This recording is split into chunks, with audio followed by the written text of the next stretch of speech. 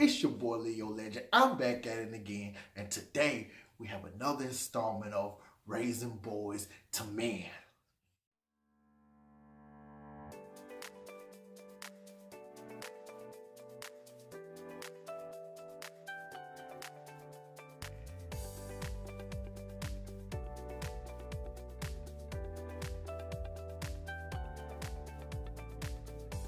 Okay, we have another edition of never be the first person to make an offer in a negotiation. While you're negotiating, never be the first person to make the first offer. Now, if you tuned into my other video, I also told you that at this point in time, that might be wrong. It might be different. And if you want to make the first offer, there's things that you have to have in place before you make the first offer. That's what we're about to get into today. So this is what I mean. A lot of people make first offer without having no game plan. They just go in there and say, I know what I want. They go in there and they say, I deserve this money. Or they go in there with the wrong fight. They go in there and say, well, he making this or she making this. Why can't I make this? I've been here the same time.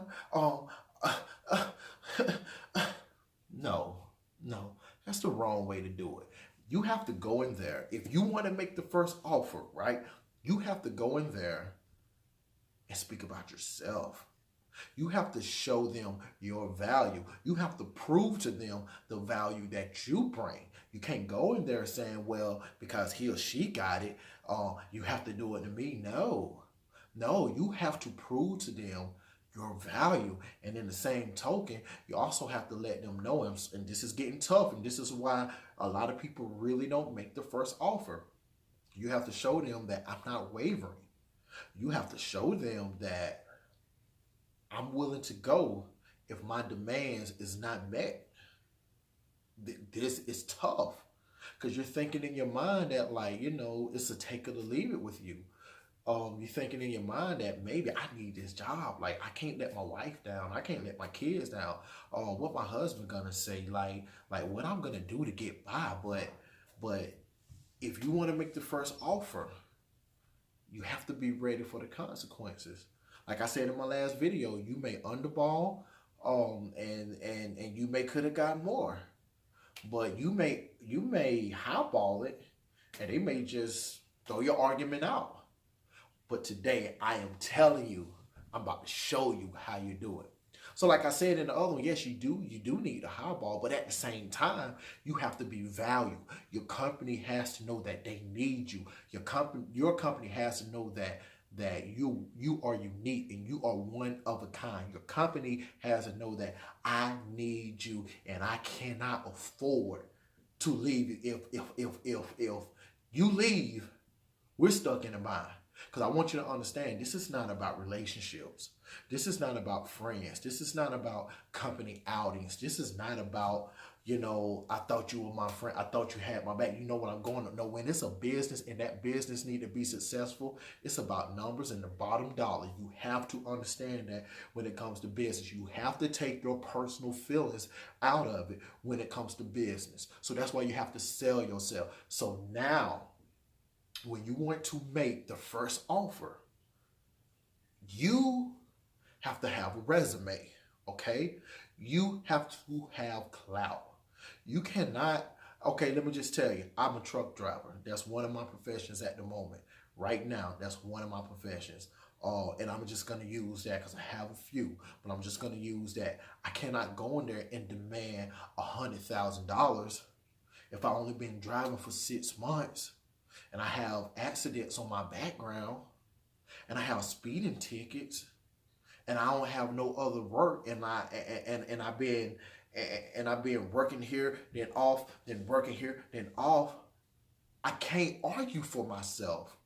But me, I've been driving for 7 years, no accidents, no speeding tickets, no infractions. I done worked 3 years. I done own my own truck. And I've been with this company for a year now. I done learned while I'm on these companies to where if I was to go and ask for more money, or if I was to go and ask for another position, I have an extensive resume that shows you I deserve that job. And at the same time, I have to show them that there are offers out there. That's the key. You have to know there's offers out there, but you have to show them there are offers out there from other companies that is willing to pay you what you want. But you coming to them and asking them first to give you a raise or give you the position that you desire. You have to do that. You have to, honestly, you have to put them with their backs against the wall. And you can't waver. You can't be in there shaking like booty meat. You can't be sweating hard. You can't have fear in your eyes.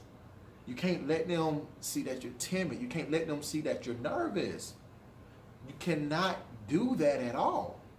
You have to go in there with confidence. You have to go in there like, I know what I want. You have to go in there, then I'm worth every penny, or I'm worth this position. You have to go in there and you have to stand on your grounds. But in order to make that first offer, you have to put your money where your mouth is. You have to get that resume, and you have to be, and you have to have shown that you would go, that you have been above and beyond for this company. You have to show, if this is a new company, you have to show that you was Mr. MVP or Mrs. MVP in your last company. You have to have good references. You have to have good, I'm going to use the word testimonials. People have to talk about you good.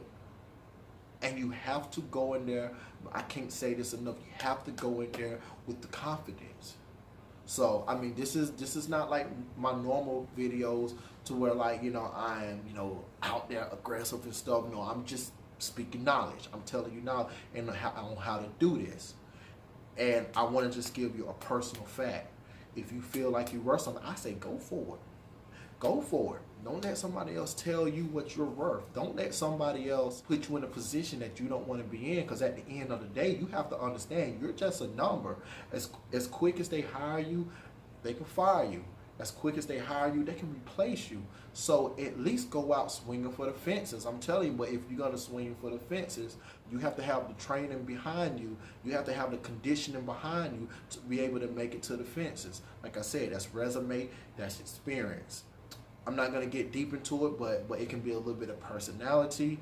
It can be how you carry yourself. It can be relationships that you how you make relationships with the people. It can be if they like you. It can be if they look at you as an asset. But that's all the stuff you have to prove to them when you're asking for whatever number it is that you want, that you know that in their mind they're not going to go for. You have to be able to do all that when you're going for that position that you want, that they don't want to give you. So, like I said, this is another edition, right? It's another edition, not addiction, edition of Never Make the First Offer in a Negotiation. I love you. God love you.